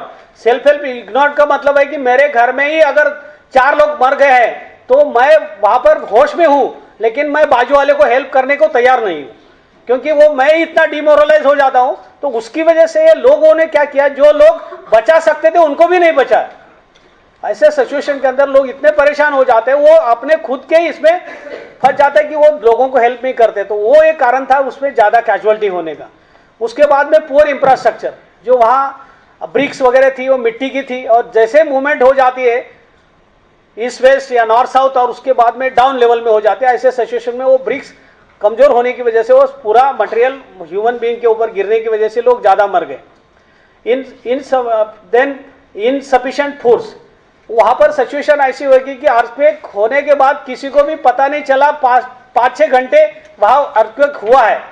उसके बाद में अर्थक्वेक होने के बाद पता चलने के बाद वहां पर इतने पब्लिक जब चली गई जो बिना काम करने वाली, वहां इतनी व्हीकल्स लेके गई कि वहां से नियर अबाउट 10 से 12 किलोमीटर तक पब्लिक ही अंदर नहीं जा सकी वहां हेल्प करने के लिए। जो भी फोर्सेस गई या बाकी के सर्विसेज गई, वो अंदर पहुंचने के लिए वो 8-8 किलोमीटर 10 किलोमीटर उसको वॉक करके जाना पड़ा। तो ये सिचुएशन वहां पर क्रिएट हो गई थी। There was no traffic control, क्योंकि पुलिस की हालत ऐसी होगी कि वहां पर jail, police station, collector office, SDM का ऑफिस, ये सब कोलैप्स हो गए थे। तो यहाँ से उसकी वजह से वो कोई एजेंसी वहां पर अपने अपने परेशानी की वजह से वहां पर कोई सिचुएशन या लोकेशन पर जाने के लिए, वहां काम करने के लिए उनको वक्त नहीं मिला। वो एक प्रॉब्लम हुआ था। Man management not looked into, इस प्रकार की कोई मैनेजमेंट इस पर वहां पर काम नहीं कर सकी या उनका वहां पर काम नहीं हुआ। पुलिस पर्सनल नॉट ब्रीफ्ड या गाइडेड, जो भी पुलिस को अलग अलग प्रकार की ट्रेनिंग दी जाती है, जैसे फायर ब्रिगेड को जैसे ट्रेनिंग दी जाती है, वैसे पुलिस को भी इस प्रकार की इमरजेंसी की, अगर साइक्लोन आता है, अर्थक्वेक आता है, सुनामी आता है, तो आपको क्या करना है, पब्लिक को कैसे गाइड करना है, इस प्रकार की ट्रेनिंग वो क्या सभी जगह पे ऐसे दी नहीं जाती नॉर्मली। अभी अवेयरनेस आने की वजह से प्रोग्राम शुरू हुए, तभी ट्रेनिंग नहीं होने की वजह से भी बहुत सारे प्रॉब्लम्स वहां पर हो गए थे। पुलिस के दूसरे भी एनजीओस या ऑर्गेनाइजेशन को इस प्रकार का ट्रेनिंग नहीं था। उसके बाद में failure in chain of command, जैसे कलेक्टर है, डिप्टी कलेक्टर है, एडिशनल कलेक्टर है, या एसडीएम है, तहसीलदार है, बीडीओ है, इनके हायरार्की जो काम करने वाले लोकल एरियाज में है, जो वहां तलाटी है, सर्कल है, जो वहां बीडीओ के अंडर जो लोग काम करते हैं, वहां के हायरार्की में मतलब जो काम करने वाले लोग ही ये अपने जगह पे फंस गए और कोई भी वहां पर लोकेशन पे नहीं पहुंचा, क्योंकि वो हायरार्की मेंटेन करने के लिए उनको ट्रेनिंग नहीं था और वो अपने अपने लोकेशन पे पहुंच ही नहीं पाए। उसकी वजह से वहां पर इस प्रकार से प्रॉब्लम हो गया। Failure to coordination, lack of public awareness, ये सभी प्रॉब्लम होने की वजह से लातूर इंसिडेंट में ज्यादा लोग मर गए। लेकिन उसके बाद में जो गुजरात भूकंप हुआ वहां पर संख्या कम हुई, क्योंकि मॉर्निंग में, ये टाइमिंग मॉर्निंग में था और वहां इमीडिएट लोग जैसे आवाज आई घर से बाहर आई, इसकी वजह से मैक्सिमम लोग बच गए। और उसके बाद ये अवेयरनेस ट्रेनिंग, ये भी सभी चीजें कंटिन्यूसली शुरू हो गई और उसकी वजह से मैन पावर कम वहां पर लॉसेस हो गया, प्रॉपर्टी ज्यादा लॉसेस हो गई। तो ये सिचुएशन हम इस तरह से मतलब धीरे धीरे जैसे ट्रेनिंग करते जा रहे हैं, अवेयरनेस लोगों के अंदर ला रहे हैं, तो ये चीजें धीरे धीरे कम होने के चांसेस डेफिनेटली बढ़ रहे हैं। सो के अभी हम थोड़ा सा एक 15 मिनट का फिल्म है जो हम बाढ़ के टाइम पे किस तरह से खुद को बचा सकते हैं, प्लीज उसे देख लीजिए, बाद में हम वो चीज को एनालाइज करें।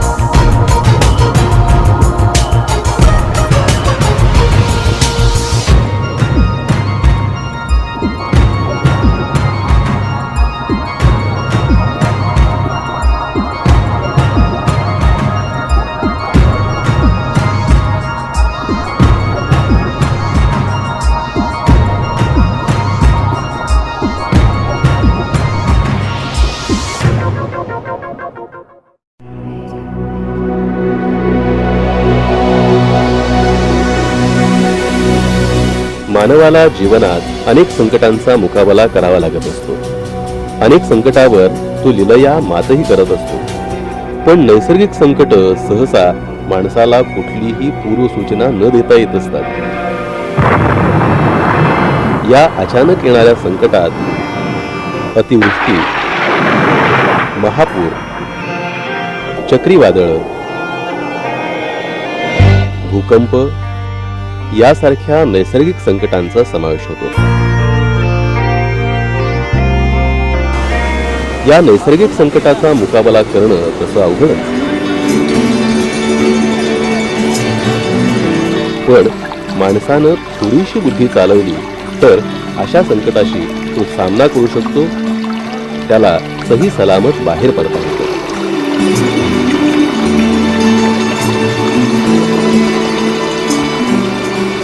अतिवृष्टीमुळे, धरणफुटीमुळे पूर परिस्थिती निर्माण होते. या पूर परिस्थितीचा मुकाबला कसा करावा आणि आपला जीव कसा वाचवावा हे आपण पाहू.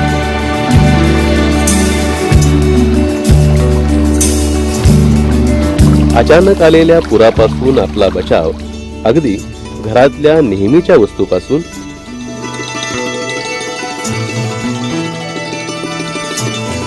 आणि भंगार म्हणून अडगळीत टाकलेल्या सामानापासूनही करता येतो. अशा बारीक सारीक वस्तूपासून जीव वाचवणारी साधनं कशी करावीत याची आपण माहिती घेऊ. रबरी रेनकोट ही सुद्धा अतिशय एक चांगली वस्तू आहे, ज्याने एकाकी साधनांची म्हणजे ज्या साधनांचा वापर आपण करणार आहोत त्याची तोंड बंद करण्यासाठी उपयोग करू शकतो.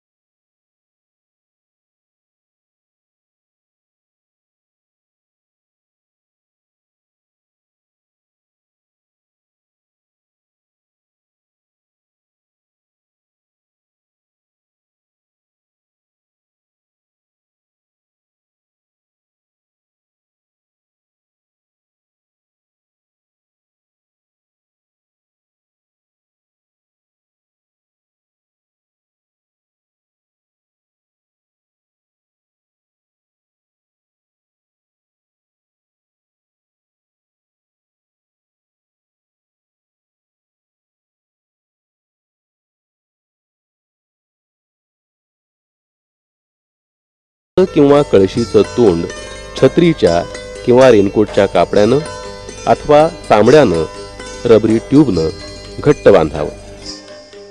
त्यामुळे या रिकाम्या कळशीतली किंवा मडक्यातली हवा बाहेर जाणार नाही. मग ही कळशी किंवा मडकं पाण्यावर उलट ठेवून त्याच्यावर तोल राहील अशा पद्धतीनं छातीखाली धरावा. समजा आपण दुर्दैवानं रस्त्यात पुराच्या पाण्यात अडकलात. अशा प्रसंगी तुम्ही स्वतःचा बचाव तुम्हाला मदत मिळेपर्यंत करू शकता. आपण आपल्या अंगावरची पॅन्ट विजार काढून पायाच्या बाजूनं रुमाल, सुतळी किंवा करगोट्यानं तिची दोन्ही टोकं बांधावी. ही विजार पाण्यानं भिजवून कमरेच्या बाजूला धरून गोल फिरवून पॅन्टीच्या कमरेकडचा भाग आपटावा, म्हणजे दोन्ही पायाच्या मध्ये हवा शिरेल. हवा शिरलेले हे पॅन्टीचे फुगे काखेतून बाहेर येतील अशा पद्धतीनं छातीखाली ठेवावे. मग आपल्याला त्यावर मदत मिळेपर्यंत तरता पोहता येऊ शकेल.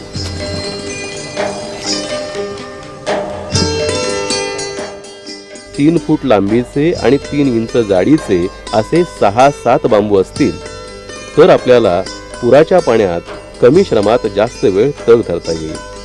या 6-7 बांबूंची दोरीनं मोळी बांधायची. ती मोळी काखेखाली एका हातानं धरून दुसऱ्या हातानं पोहायचं.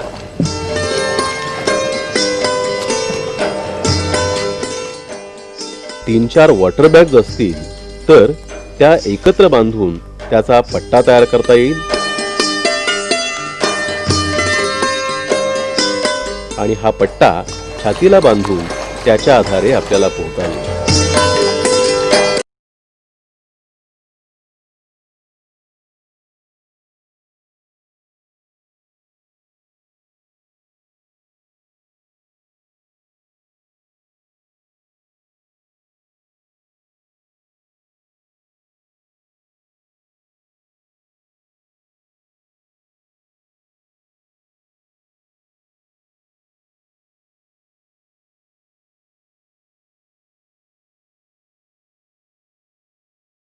फळी आपण शरीराखाली धरली तर या लाकडी फळीवर आपल्याला सहज तरंगता येतं. थोडंफार पोहता येत असेल तर आपण सुरक्षित स्थळी या फळीवरून जाऊ शकतो. पोहता येत नसेल तरी सुद्धा मदत मिळेपर्यंत आपण या फळीवर तरंगत राहू शकतो.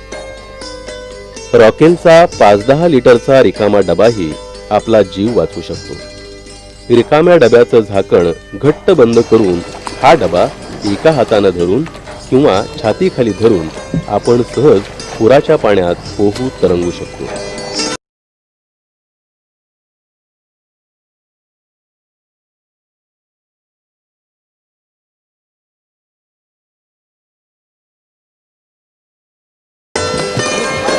आतापर्यंत आपण ज्या वस्तूच्या सहाय्यानं केवळ जेमतेम तरंगू शकतो त्या वस्तू पाहिल्या.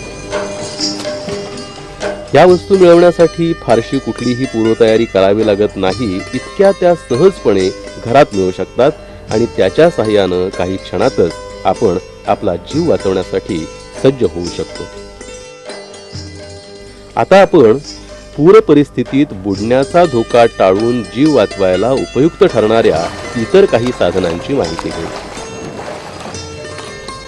पिण्याच्या पाण्याच्या रिकाम्या बाटल्यांची झाकणं घट्ट बंद करून किंवा कोणत्याही प्रकारच्या बाटल्यांची तोंड छत्रीचं कापड, रेनकोटचं कापड, चामड्यानं किंवा रबरी ट्यूबनं घट्ट बांधून या बाटल्यांचा 2 दोऱ्यांच्या मदतीनं एक जीवनरक्षक पट्टा तयार करता येऊ शकतो. आणि हा पट्टा बाटल्यांची तोंड पोटाच्या दिशेनं राहतील अशा पद्धतीनं छातीशी बांधावा. त्यामुळे पुराच्या पाण्यापासून आपण आपला जीव वाचवू शकतो.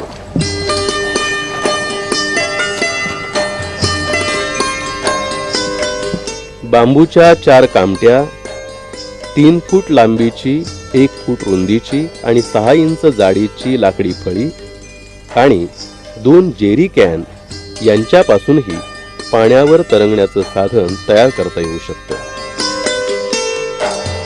जेरी कॅनची तोंड झाकणानं किंवा पॉलिथिननं घट्ट बांधून फळीच्या दोन्ही टोकांना जेरी कॅन आडवे बांधावेत. या तयार केलेल्या साधनांच्या फळीवर छाती ठेवून बराच काळ किंवा मदत मिळेपर्यंत पाण्यात पोहता येऊ शकतो. अशाच पद्धतीनं रॉकेलच्या डब्यापासूनही हे साधन तयार करता येऊ शकतं. आतापर्यंतची जी साधनं आपण पाहिली ती केवळ एकाच माणसाचा जीव वाचवू शकणारी साधनं.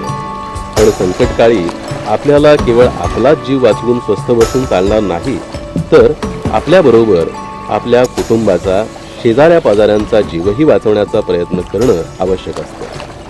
तो वाचवता येईल अशी साधनं अल्प काळात तयार करता येतात. 10 बांबू, 200 लिटरचे 4 ड्रम, दोऱ्या आणि 2 किलो काथ्याच्या सहाय्यानं आपण ड्रम तराफा हे साधन तयार करू शकतो. हा तराफा बनवण्यासाठी 4 व्यक्ती लागतात. हे साधन आणि या 4 व्यक्ती या इतर 6 व्यक्तींचे प्राण वाचवू शकतात. याची वजन पेलण्याची क्षमता ही साधारणतः 1000 पाऊंडाची असू शकते. पुराच्या पाण्यापासून आपण आपला, कुटुंबियांचा तसंच शेजाऱ्यांचा जीव कसा वाचवावा ते पाहिलं. मग अशा या आपत्तीच्या काळात अन्न, पाणी आणि काही महत्त्वाच्या क्षणी आपल्याला मदत होतील अशा वस्तू आपल्या हाताशी असणं हे अत्यंत गरजेचं आहे. बऱ्याचदा संकटाची पूर्वसूचना आपल्याला टीव्हीवरून मिळालेली असते. टॉर्च, बॅटरी सेल सतत स्वतःजवळ सुरक्षित राहील हे पाहावं. रेडिओलाही सुरक्षित स्थळी ठेवावं. आता याच क्रमानं आपल्याला योग्य वाटतील, जीवनात मौल्यवान ठरतील आणि संकट समयी सुद्धा जीव वाचवत असताना ज्या गोष्टी सुरक्षित ठेवता येतील त्या ठेवाव्यात.